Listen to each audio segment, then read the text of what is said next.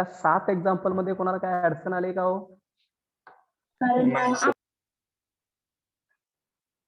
सर्वांना सॉल्व्ह झाले ते 7ही एक्झाम्पल? हो सर झाले सर. ओके, मला एक एक एक्झाम्पलचं आन्सर सांगा. 7 एक्झाम्पलचं मी इथं लिहितोय, सर्वांनी चेक करा. पहिल्या एक्झाम्पलचा आन्सर सांगा एकानं कोणीतरी, म्हणजे बाकीच्यांनी ते चेक करतील. बाकीचे 7.5 युनिट स्क्वेअर. पहिल्या एक्झाम्पलचा आन्सर 7.5 आले का सर्वांचं? हो सर. हो सर. ओके, सेकंड एक्झाम्पलचा answer 4 unit square. 4 unit square. 4 unit square. सर्वांनी सांगा बरं का, एखाद्याचं दुसरं वेगळं वगैरे आलं असेल तरी सांगा मला. Third example 7 unit square. 7 unit square. 7 unit square. याच्या व्यतिरिक्त कुणाचा आलेला आहे का आन्सर? नाही सर, हे चालेल. ओके, फोर्थ एक्झाम्पलचा आन्सर 6 युनिट स्क्वेअर. किती? 6 युनिट स्क्वेअर. 17. एकानं सांगा कोणतरी. 6 7 काय? 21 युनिट स्क्वेअर. 6 एक जण म्हणताय, एक जण 7 म्हणताय, एक जण 21 म्हणताय. अजून कोणाचा आहे का याच्या व्यतिरिक्त? एक एक्झाम्पल. हो, 5वं एक्झाम्पल. त्याचा आन्सर सांगा 5व्याचं. 6 युनिट स्क्वेअर. आलेलं आहे का 6 सर्वांचं? हो सर. हो सर. हो सर. ओके, 6व्याचं 0.5 स्क्वेअर युनिट स्क्वेअर. 0.5. दुसरं कोणाचं आलेलं आहे का वेगळं? नाही सर. नाही सर. 0.5 आहे. ओके, 7व्याचं 3.5 स्क्वेअर मध्ये. 3.5 युनिट स्क्वेअर. 3.5 unit square. बघा, ही सर्व आन्सर चेक करा सर्वांनी. 7 एक्झाम्पल दिलेले, 7 एक्झाम्पलचे आन्सर्स आहेत. त्यापैकी फर्स्ट, सेकंड, थर्ड बघा, 5 6 7 बघा. आता फोर्थ एक्झाम्पल मध्ये बऱ्याच जणांचा थोडा प्रॉब्लेम आहे, ते आपण परत रिपीट घेऊया. ज्यांनी लिहिलेलं नसेल त्यांनी 6 एक्झाम्पलचे आन्सर तिथं लिहून घ्या तुमच्या वहीमध्ये, म्हणजे जेणेकरून तुम्ही आज सॉल्व्ह केल्यानंतर परत लक्षात येतील ते. लिहून झाले का सर्वांचं? मग आन्सर लिहून झालेत का? ज्यांचं राहिले त्यांनी? हो सर. Yes sir. ओके, आपण कितवं? 4थं एक्झाम्पल होतं, बरोबर आहे. आता तिसरं 4थं एक्झाम्पल. 4थं एक्झाम्पल मला सांगा. -3 2. एक मिनिट.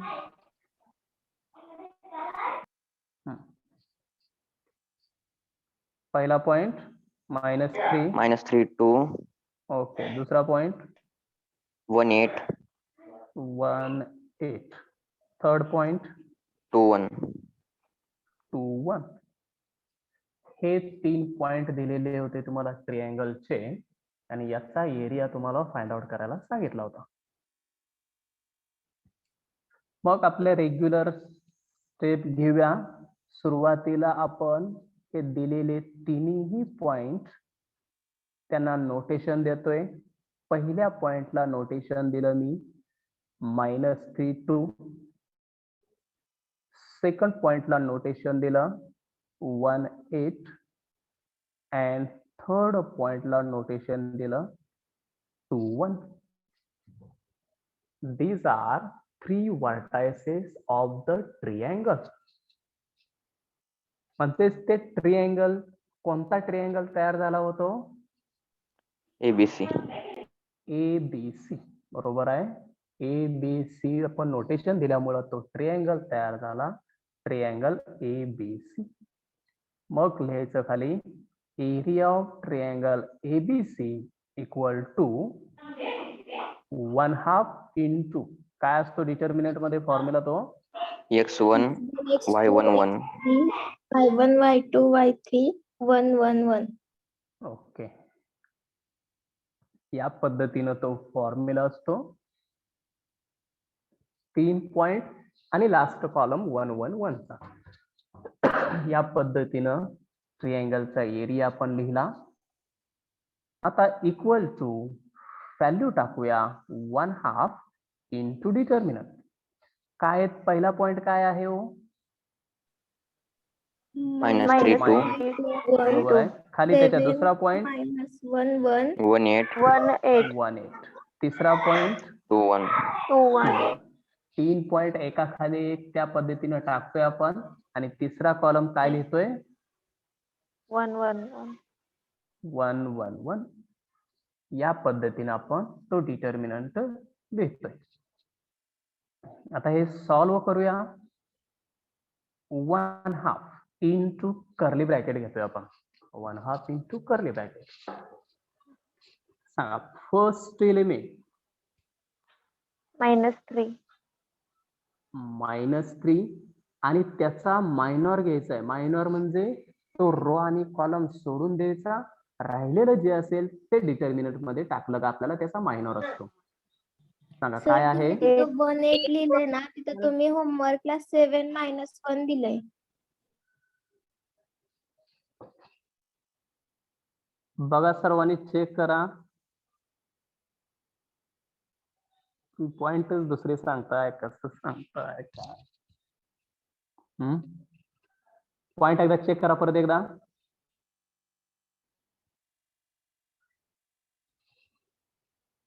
सर बी आहे ना, तिथं 7 आणि -1 पाहिजे. बरोबर आहे का सर्वांचं? हो सर. सर 2 1 च्या जागी 1 5 पाहिजे. 2 1 च्या जागी 1 5 अरे कसे एक्झाम्पल सांगितलं तुम्ही.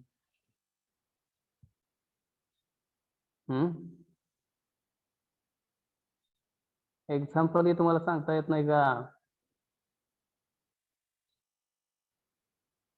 आणि तुम्ही आतापर्यंत कसं काय ग बसला मग?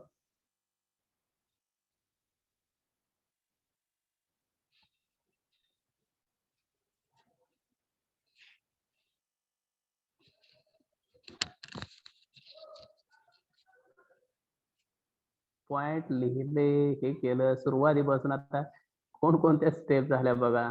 पहिली स्टेप झाली, सेकंड स्टेप झाली, थर्ड स्टेप झाली, चौथ्या स्टेपला आल्यानंतर तुम्ही सांगताय चुकलेलं आहे म्हणून. ते पॉइंट आपले घेताना चुकलेले आहेत म्हणून.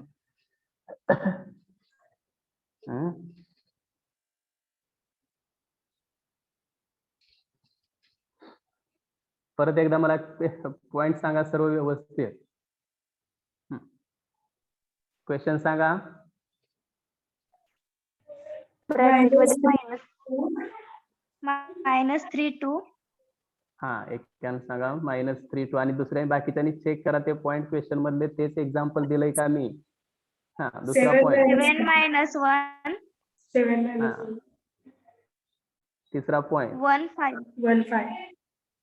1 5.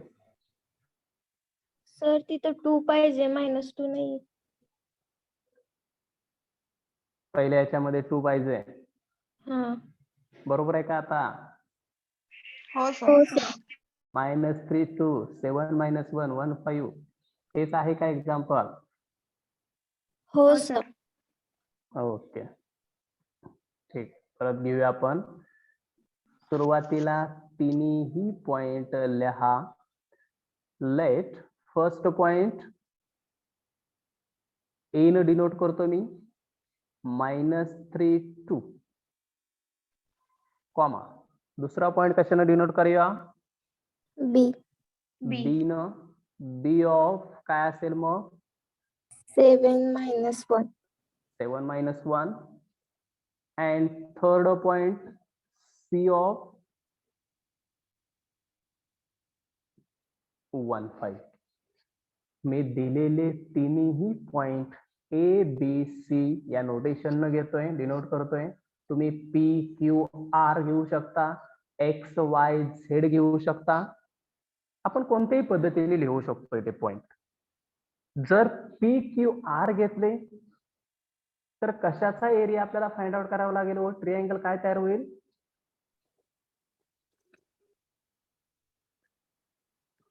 Triangle ABC. आता एबीसी तयार होईल, पण याच्या ऐवजी जर मी पी क्यू आर घेतले तर नोटेशन तर triangle PQR. Triangle P Q R तयार होणार. जर एक्स वाय झेड घेतलं तर XYZ. एक्स वाय झेड तयार होईल. म्हणजे जसे नोटेशन आपण घेऊ त्या पद्धतीने ते आपण त्या ट्रिअँगलचा एरिया आपण फाइंड आउट करणार. ते नोटेशन त्या पद्धतीने देणार. ठीक आहे. म्हणजे इथं ए बी सी नोटेशन घेतलेले आहे. याचाच अर्थ इथं कोणता ट्रिअँगल तयार होतोय? ABC. ABC. A B C. बरोबर आहे. फॉर्म्युला सांगा मला. 1/2 into determinant.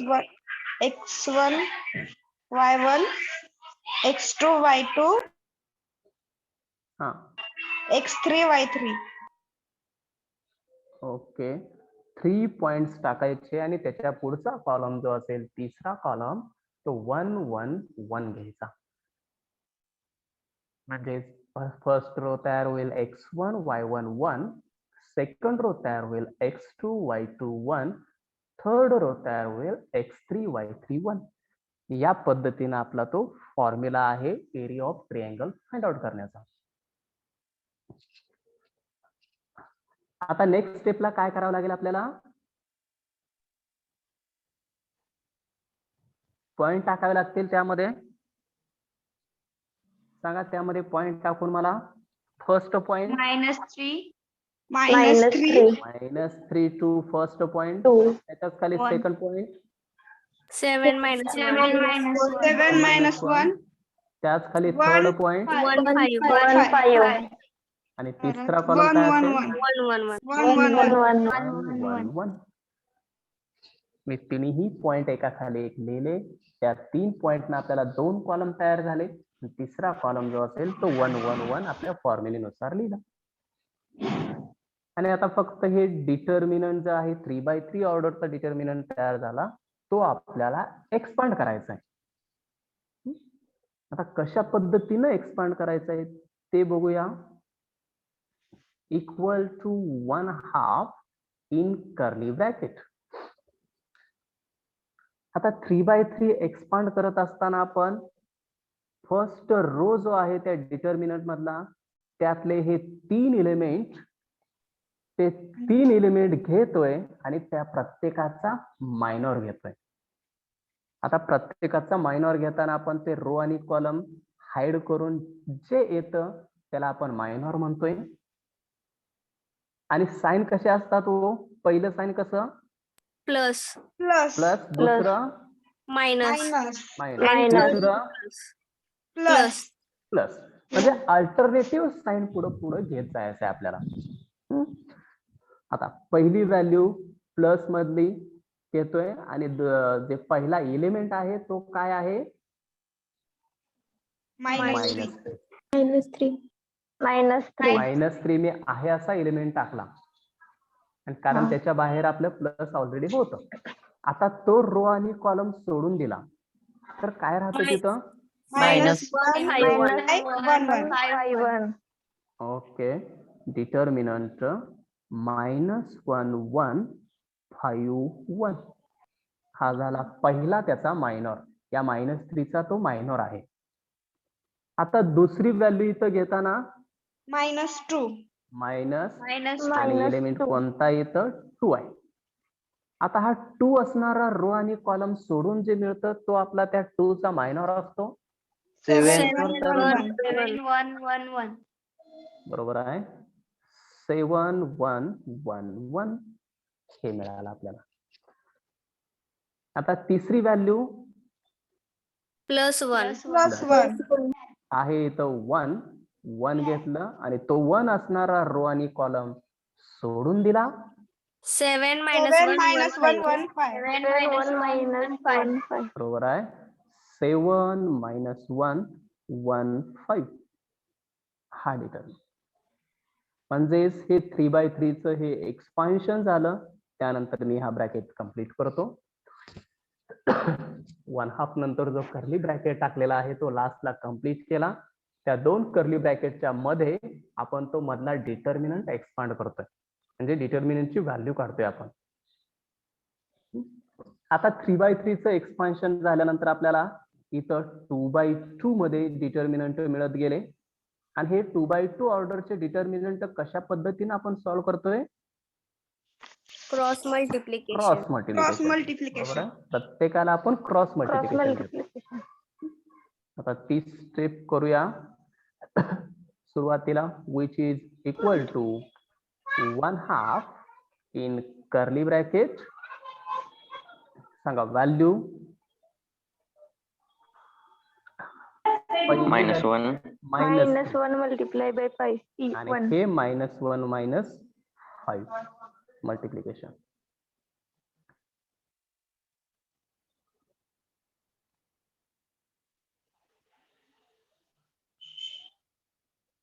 (1/2) into -3 in bracket -1 minus -1 minus 5. -1 minus 5. -2. -1 minus 5 हा झाला पहिला एक्सपान्शन. पहिलं एक्सपान्शन झालं. परत हे -2 इंटू काय असेल 7 minus 1. 7 -1. -1 बरोबर आहे. क्रॉस मल्टिप्लिकेशन तिथे येईल 7 minus 1 Minus म्हणजे तिथं लिहितो मी -2 आणि इन ब्रॅकेट 7 minus 1.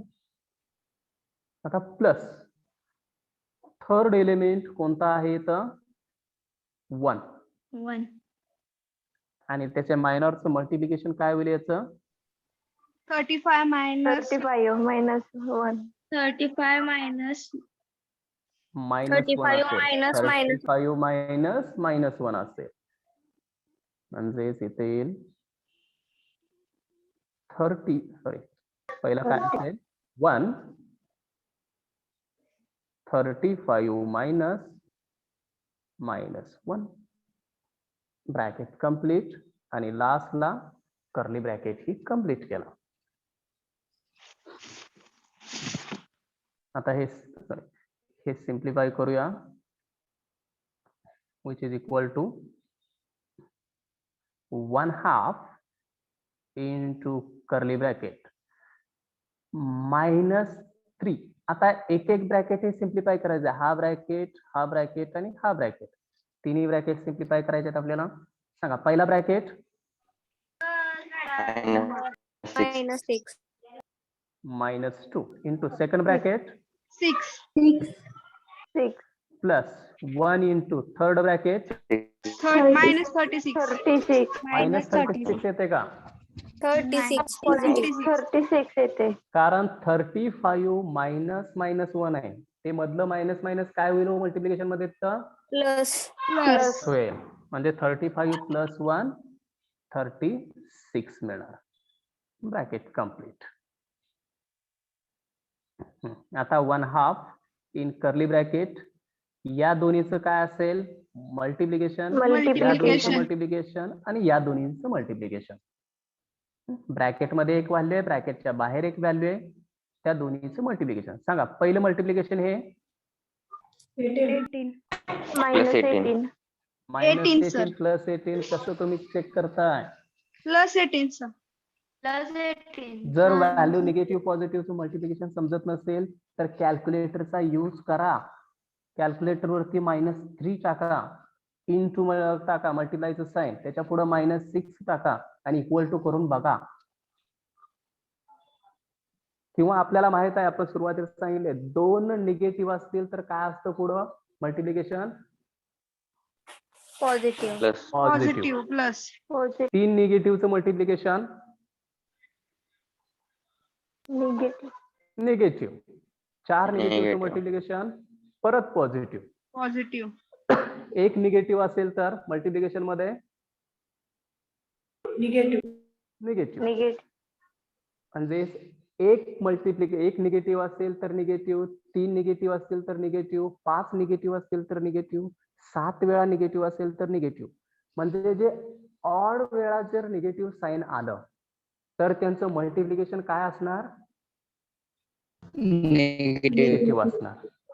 आणि 2 वेळा आलं निगेटिव्ह, 4 वेळा निगेटिव्ह आलं, 6 वेळा निगेटिव्ह आलं, 8 वेळा निगेटिव्ह आलं तर यांचं मल्टिप्लिकेशन पॉझिटिव्ह. पॉझिटिव्ह.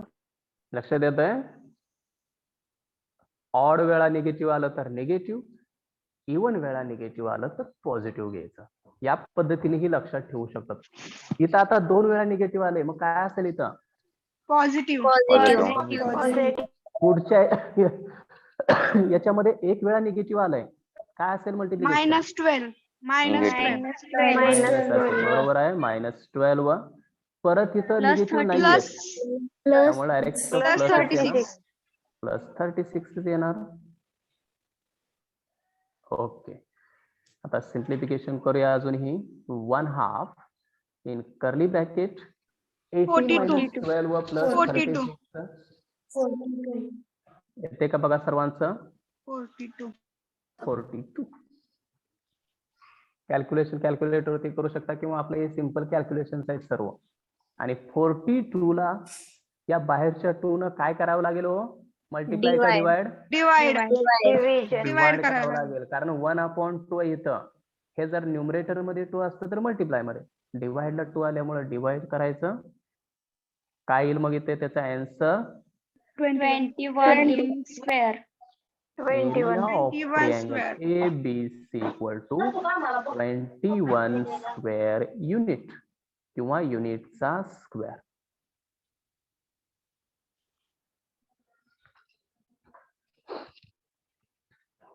हे आपलं आन्सर असेल. ज्यांचं दुसरं आन्सर आलं होतं त्यांच्या आलं लक्षात हे? हो सर. हो सर. काय प्रॉब्लेम आहे का आता यामध्ये? लिहून घेतलं सर्वांनी? हो सर. सर्वांनी लिहून घेत चला. ज्यांचं राहिलेलं आहे त्यांनी वगैरे किंवा कोणाचा काही प्रॉब्लेम वगैरे त्यामध्ये आला असेल त्या ठिकाणीही लिहून घ्या.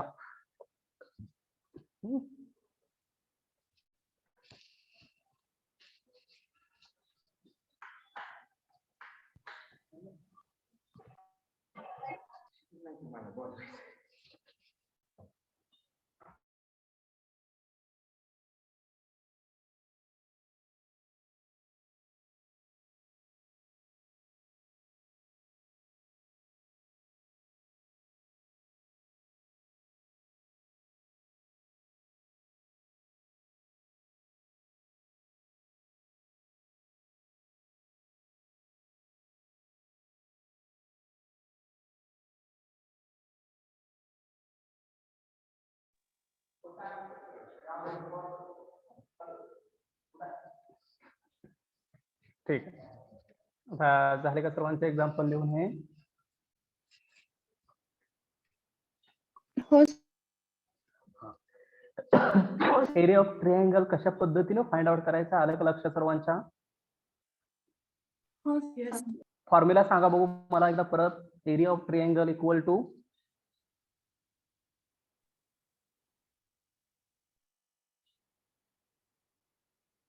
फॉर्म्युला सांगा की.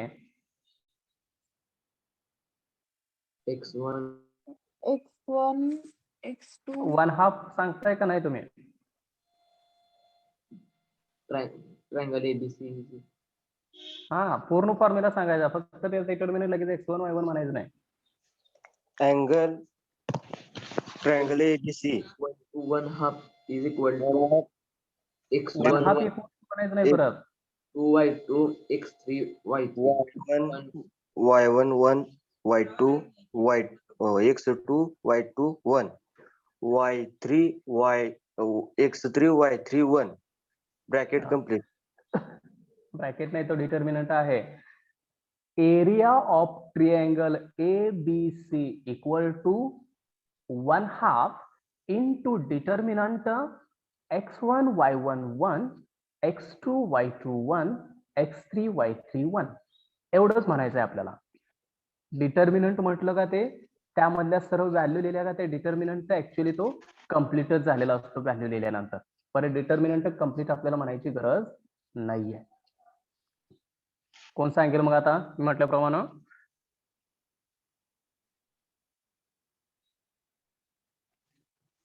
Area of triangle ABC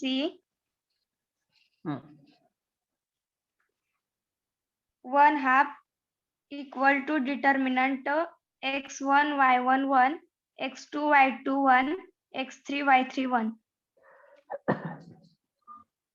मध्ये काहीतरी वेगळंच म्हटलं बघा तुम्ही.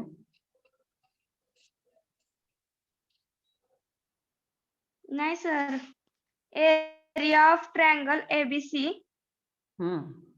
1/2 equal to equal to X1, कशासाठी म्हणताय तिथं? इक्वल टू आहे का ते? 1/2 इक्वल टू आहे का? 1/2 आपण- determinant.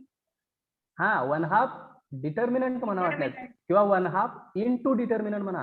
कारण डिटर्मिनंटची आलेली व्हॅल्यू ही कर्ली ब्रॅकेट मध्ये आपण लिहितो बरोबर आहे आणि त्याच्या बाहेर 1/2 आहे. ते 1/2 त्या डिटर्मिनंटला आपण मल्टिप्लाय करतोय म्हणून 1/2 इंटू डिटर्मिनंट अशा पद्धतीने म्हणायचं.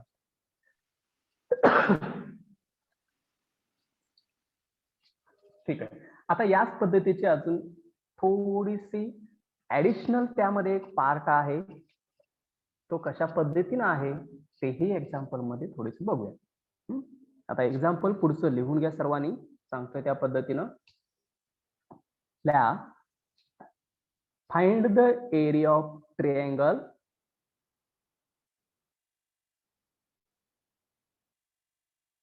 Find the area of triangle लिहून घ्या सर्वांनी. whose vertices are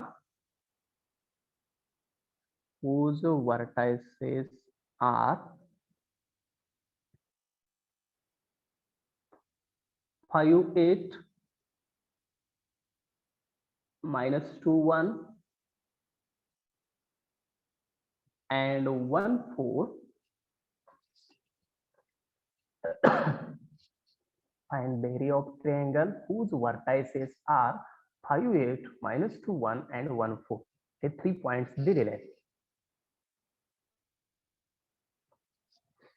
आणि त्याच्याच पुढं फुल स्टॉप देऊन पुढे त्यामध्ये ऍडिशनल क्वेश्चन विचारलेला आहे तोही लिहा.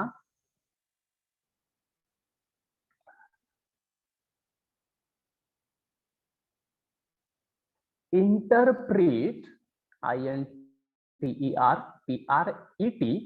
interpret to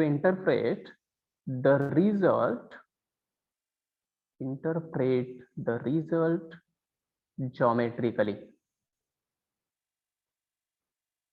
Interpret the result geometrically. हा एक ऍडिशनल पार्ट आहे.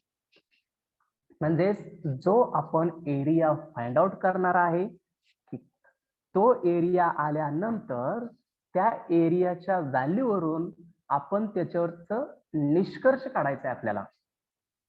तो रिझल्ट वरून आपल्याला जॉमेट्रिकली काय दिसतंय, तो ट्रायंगल कशा पद्धतीने असेल, इक्विलॅटरल ट्रायंगल असेल का 2 साइड्स इक्वल्स असतील, 90 डिग्री ट्रायंगल असेल, असं जॉमेट्रिकली काय दिसतंय का आपल्याला ते चेक करायचंय. ते तिथं लिहायचंय आपल्याला. एक्झाम्पल आलं लक्षात सर्वांच्या? हो सर. हो सर. हा सुरुवातीला काय करावं लागेल मग आपल्याला त्या ट्रायंगलचा एरिया काढावा लागेल बरोबर आहे. मग 3 पॉइंट आपल्या रेग्युलर मेथडनं सुरुवातीला लिहा. सर्वांनी सायमल्टेनियसली. चला आता A of 5 8 B of -2 1 and C of 1 4. तिन्ही पॉइंटला नोटेशन दिले A B C.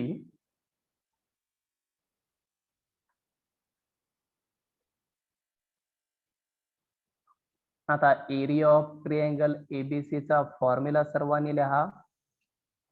काय असतो formula?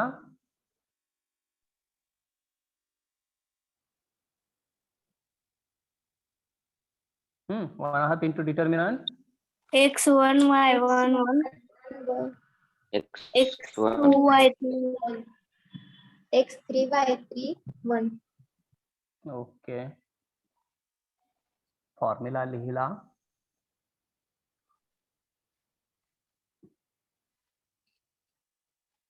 which is equal to, आता ते पॉइंट टाकूया. One half into first point आहे आपला हा, सेकंड आहे हा, थर्ड आहे हा. आपण सिक्वेन्स याचा कोणत्याही पद्धतीने घेतला तरी व्हॅल्यू फक्त आली तर निगेटिव्ह येईल, आणि निगेटिव्ह आली तर आपण त्याची व्हॅल्यू पॉझिटिव्ह करून घेऊ शकतोय. बरोबर आहे. म्हणजे तुम्ही 5/8 च्या ऐवजी -2 अगोदर घेतला, 5/8 ला नंतर घेतलं, 1/4 ला नंतर घेतलं, असा सिक्वेन्स देऊन जरी एक्झाम्पल सॉल्व्ह केलं तरी आपल्याला एरियाच्या व्हॅल्यू मध्ये काहीही बदल होणार नाहीये. किंवा शेवटचा पॉइंट अगोदर घेतला 1/4, इथं 1/4 घेतलं आणि हे -2 नंतर घेतलं तरीही आपल्याला काही प्रॉब्लेम येत नाहीये. तर आला तर एरिया निगेटिव्ह येतोय, त्याचं पॉझिटिव्ह करून शेवटचं लिहू शकतोय आपण. त्यामुळं पॉइंट घेताना तुम्हाला तो सिक्वेन्स चेंज केला तरीही चालतो. पण तसं आपण जनरली काय करतोय, आपल्या एका रेग्युलर सिक्वेन्स मध्ये लिहित असतो. आता दुसरी व्हॅल्यू घेतली मी -2 1, तिसरी व्हॅल्यू 1/4 आणि 1 1 1. या पद्धतीनं तिसरा कॉलम लिहिला.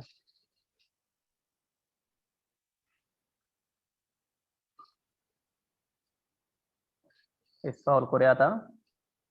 which is equal to 1/2 in curly bracket. सांगा पहिल्या व्हॅल्यूचा मायनर काय येईल? रो कॉलम हाईड केल्यानंतर 1 1 4 1 1 1 4 4 1 1 4 1. बरोबर आहे. परत मायनस कोणता एलिमेंट? 8. 8 चा मायनॉर -2 1 1 1 -2 मायनस. बरोबर आहे. -2 1 1 1. आता तिसरी व्हॅल्यू आपण घेत असतोय प्लस कोणती व्हॅल्यू? 1 1 चा मायनॉर 2 1 4 2 1 1 4 -2 1 1 4. या पद्धतीने आपल्याला 3/3 ऑर्डरचं एक्सपान्शन मिळालं. आता हे सॉल्व्ह करूया. 2/2 ऑर्डर मध्ये आलेलं 5 इंटू 1 ब्रॅकेट. -4 बरोबर आहे. हे क्रॉस मल्टिप्लिकेशन करायचं आहे आपल्याला. 1 × 1 - 1 × 4. काय येतं? 1 - 4 4. परत -8 आहे असं. 8 हे -8 -2 -2 -1 -2 -1 प्लस थर्ड एलिमेंट आहे तो 1. 1 × -8 -1 -8 -1 -8 -2 × 4 -8 मायनस मध्ये साइन आणि 1 × 1 1. या पद्धतीने आपल्याला मिळालं. झालं काही तोपर्यंत सर्वांचं लिहून? Yes sir. कोणाचं राहिलं नाही ना? नाही सर. हा ठीक आहे. आता एक एक स्टेप सिम्प्लिफाय करूया.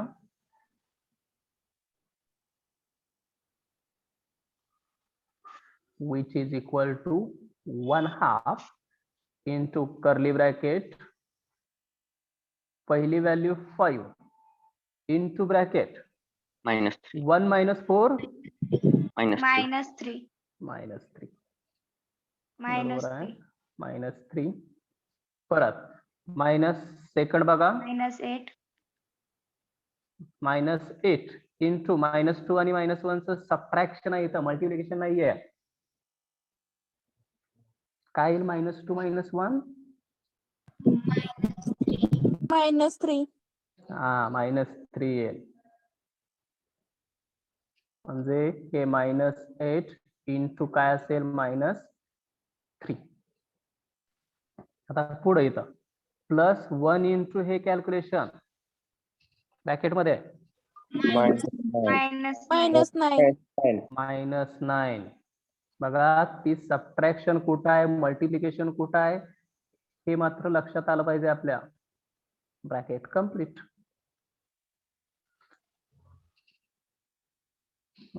ब्रॅकेट कम्प्लीट केला. आता 5 इंटू ब्रॅकेट आहे म्हणजे या दोन्हीच्या मध्ये काय असतो, मल्टिप्लिकेशन. मल्टिप्लिकेशन असतं. -8 इंटू -3 असणार इथे ब्रॅकेट असल्यामुळं. 1 इंटू ब्रॅकेट आहे याचाच अर्थ हे सुद्धा मल्टिप्लिकेशन असतं. मग ते करूया आता. 1/2 इंटू 5 इंटू -3 -15. परत -8 -3 +24 हे मल्टिप्लिकेशन आहे. 1 इंटू -9 -9. -9. या पद्धतीने आपण ते मल्टिप्लिकेशन लिहिलं, which is equal to 1/2 into सांगा -15 +24 -9 किती येत आहे? 0 येत आहे का? चेक करा. 0 येते. हो सर 0. बर ठीक आहे. 0 आलं बघा. 1/2 इंटू ब्रॅकेट 0 आलं. आता या 0 ला बाहेर 1/2 आहे म्हणजे हे 2 न डिवाइड जर केलं तर काय येईल? 0. 0च येणार. बरोबर आहे. 0 ला कोणत्याही नंबरनं डिवाइड केलं तर त्याची व्हॅल्यू ही 0च असते. कोणताही नंबर 10 घ्या, 100 न 0 ला डिवाइड करा, 1000 घ्या, -20 घ्या, तुम्हाला त्याची व्हॅल्यू 0च येणार. म्हणजे जो एरिया विचारला होता तो आपल्याला मिळाला 0. पण 0 एरियाचा अर्थ काय?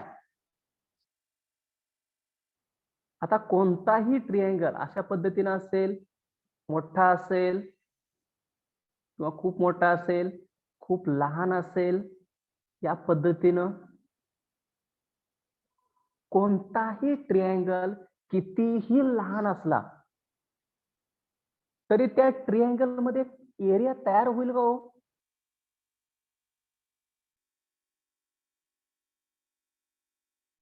आता हा छोटा ट्रिअँगल आहे, हा छोटा ट्रिअँगल घेतो. या ट्रिअँगल मध्ये तुम्हाला आतमध्ये एरिया दिसतोय का? हो. दिसणारच ना. ट्रिअँगल कितीही लहान असला तरी तुम्हाला त्याच्या आतमध्ये काहीतरी एरिया असणार आहे. मग तो 0.1 असेल, 0.001 असेल, 0.005 असेल, कितीही लहान असला तरी त्याला काहीतरी एरिया असणार आहे. एरिया नसलेला व्हॅल्यू तो ट्रिअँगल असेल का हो? त्याला एरिया नाहीये तो ट्रिअँगलच नसणार आहे. जो ट्रिअँगल आहे त्याला एरिया असणारच. बरोबर आहे का? म्हणजे इथं आपल्याला जो ट्रिअँगलचा एरिया आलेला आहे 0, ट्रिअँगलचा एरिया 0 आलाय, याचाच अर्थ तो ट्रिअँगल असेल का हो? नसणारच ना. बरोबर आहे. कारण कितीही लहान असला तरी त्याला एरिया असतोच, आणि एरिया नाही म्हटलं का तो ट्रिअँगलच नसणार आहे. म्हणजे तिथं एरिया 0 याचाच अर्थ एरिया नाहीयेच, याला काय, याचाच अर्थ तो ट्रिअँगल नाहीये. म्हणजेच आपण सांगू शकतोय की तो आपण ट्रिअँगलचा एरिया जे 0 आलेला असेल तर आपण त्यावरून इंटरप्रिट निष्कर्ष काय काढणार? तो ट्रिअँगल नाहीये. म्हणजे ते 3 पॉइंट जे दिलेले आहेत ते 3 पॉइंट त्या ट्रिअँगलचा भाग नाही येते. मग ते 3 पॉइंट कुठं असतील हो? ट्रिअँगल तयार होत नाहीये, मग ते पॉइंट कुठं असतील? बघा, एक लाईन घेतो मी, यावरती समजा 2 पॉइंट आहेत, ए म्हटलं बी म्हटलं. या 2 पॉइंटच्या व्यतिरिक्त मी इथं पॉइंट घेतला सी, तर ट्रिअँगल तयार होतोय का हो? No sir. तयार होणार ना. ए बी सी हा ट्रिअँगलच तयार झाला की. बरोबर आहे का? हो सर. हा.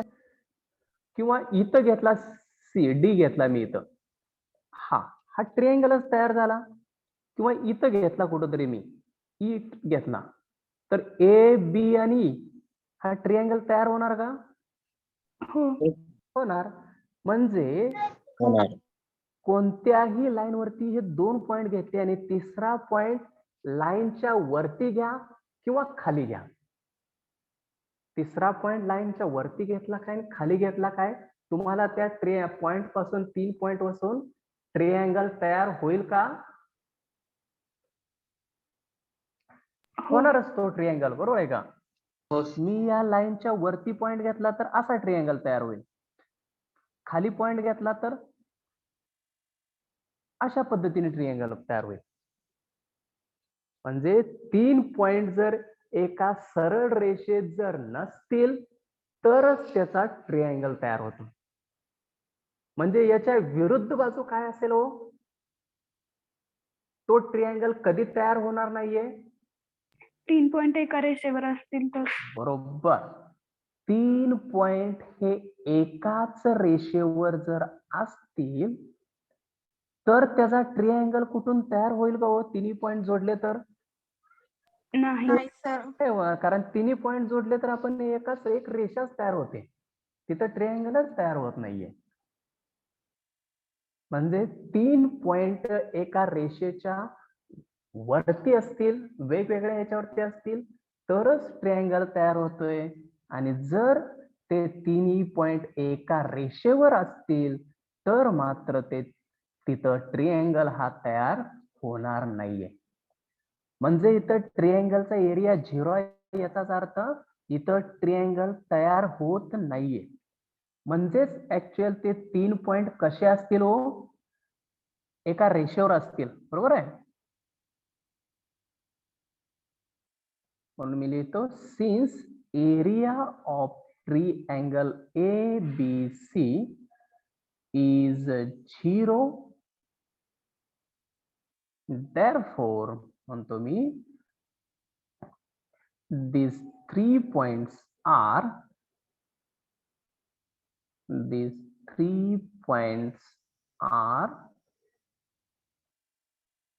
collinear. कोलिनियरचा अर्थ काय? एक रेषीय, एकाच रेषेवरती असणारे पॉइंट याला आपण काय म्हणतोय? Collinear point. आणि ते एका रेषेवर कधी असतील हे 3 पॉइंट? ज्यावेळी त्या ट्रिअँगलचा एरिया हा 0 असतो त्यावेळी. एरिया 0चा अर्थ तिथं ट्रिअँगलच तयार होत नाहीये. आणि ट्रिअँगल तयार कधी होत नाहीये? ज्यावेळी ते 3 पॉइंट एका रेषेवरती असतील त्यावेळी. हा जॉईंट लक्षात आला सर्वांच्या? हो सर. हो सर.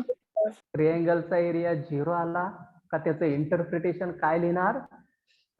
सिन्स एरिया ऑफ ट्रिअँगल वरती ABC is 0, therefore these 3 points are collinear आहे म्हणणार. आणि याच्या अपोजिट, याच्या अगोदरची आपली जी एक्झाम्पल आहेत ती एक्झाम्पल वरून आपल्याला समजा area equal to 11 unit square आलंय, तर दिस पॉइंट्स आर आपण काय म्हणू शकतो?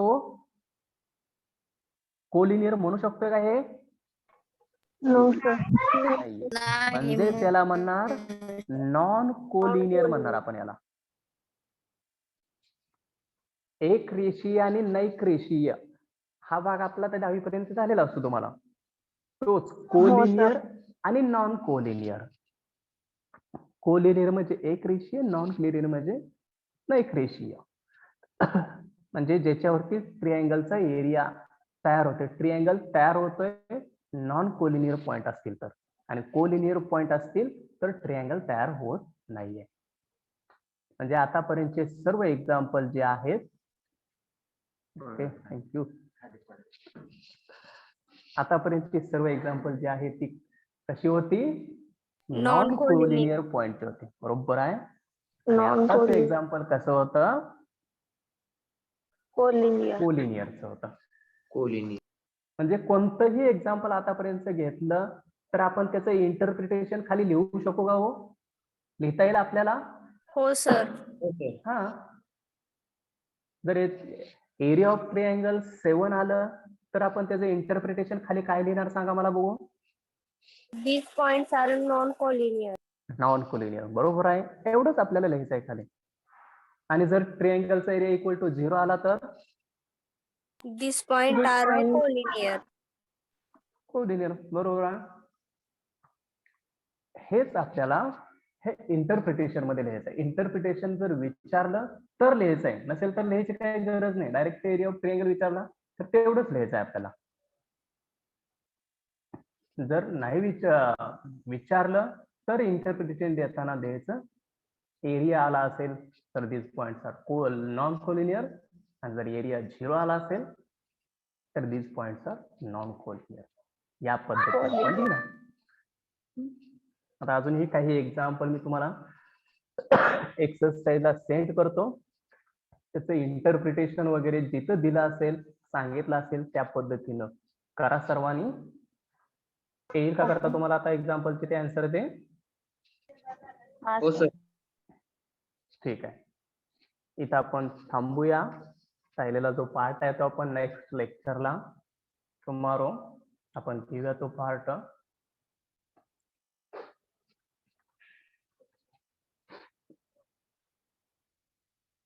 काही अडचण वगैरे